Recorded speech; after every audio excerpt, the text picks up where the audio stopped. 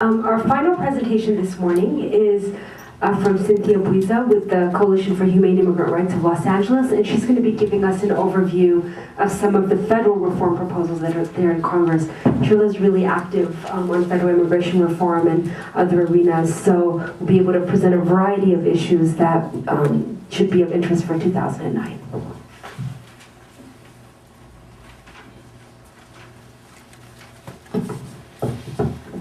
Thank you, Rashma, and good morning, everyone. Pardon me if my voice croaks a little, because I've been recovering from a nasty flu. My task in 10 minutes is to talk to you about a very, very complex issue, and that is immigration reform. For many people, it's the elephant in the room.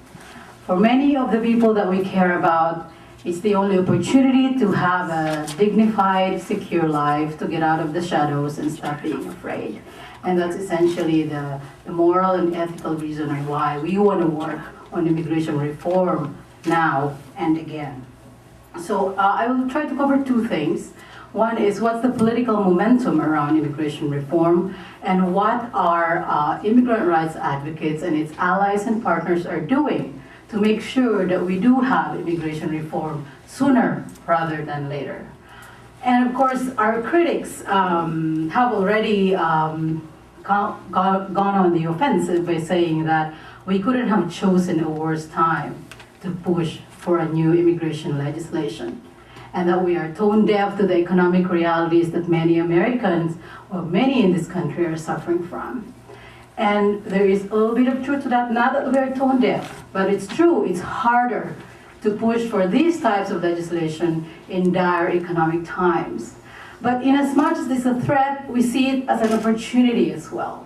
We see it as an opportunity because we do have a new president who hasn't so far shied away from making difficult decisions and choices, and who, in no uncertain terms, have also said things publicly about the need for reform.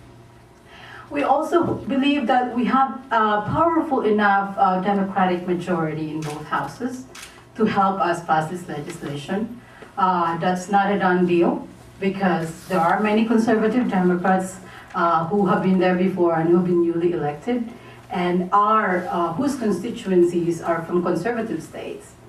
But at the end of the day, the immigrant community believes that we still need to create the political momentum. We need to push and pressure our electeds to once and for all deal with this issue.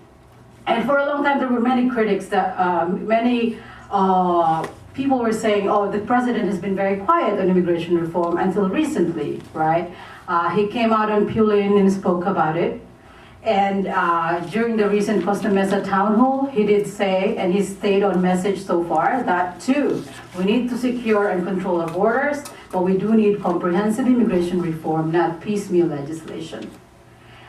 Preceding that town hall, he had a meeting with the Congressional Hispanic Caucus. All 24 members of the CHC sat down with him, and he has reaffirmed his commitment to the issue.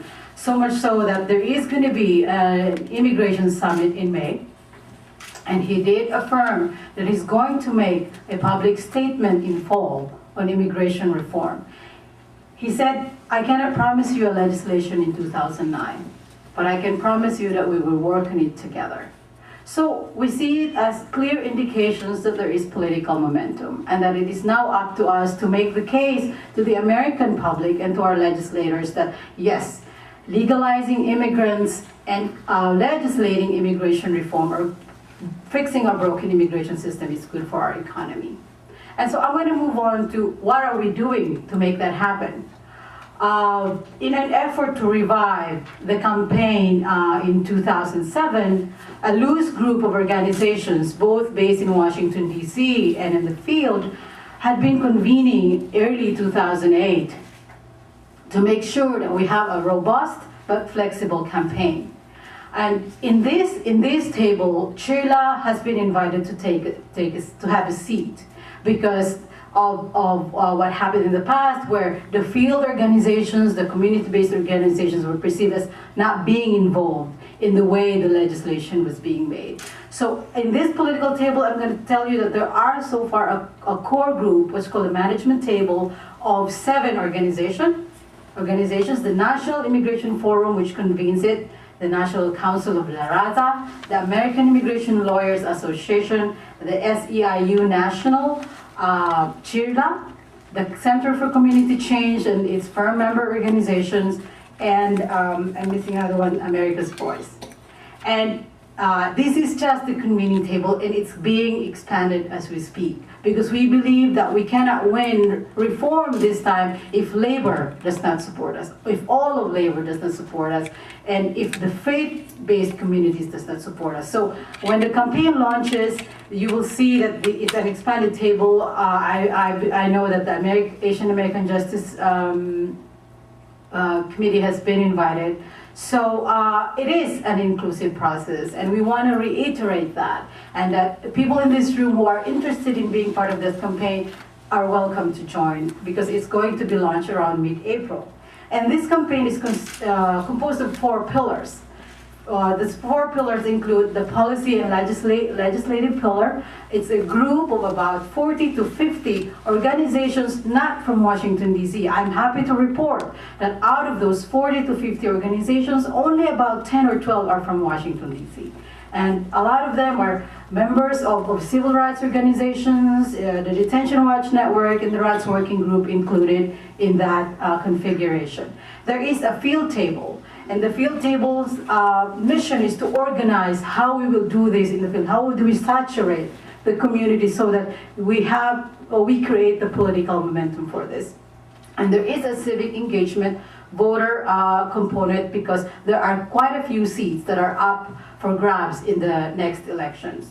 And finally, there is a communications piece, because a communications table, because we do need to influence the narrative. And one of the things I've said is that we can only win genuine immigration reform if we change the narrative about immigrants and immigration in this country. And that's a long-term job. But that's so far what's going on. I cannot talk to you specifically about the language of the policy or the legislative piece, because it is being crafted at the moment. There are a lot of negotiations and conversations going on at the national level, especially with labor. And what I heard is that there might be a meeting next week between the AFL-CIO and Change to Win to either decide to come back together, and agree on shared principles in immigration reform. So this is where it's at as far as the groups and the campaign that we're working with is concerned. If you have any question, please feel free to ask our CIPC partners or directly ask CHIRLA directly. My email is cynthia@chirla.org, and we'd be happy to both, if you're interested to join, invite you to this campaign or keep you posted on what's going on. Thank you very much.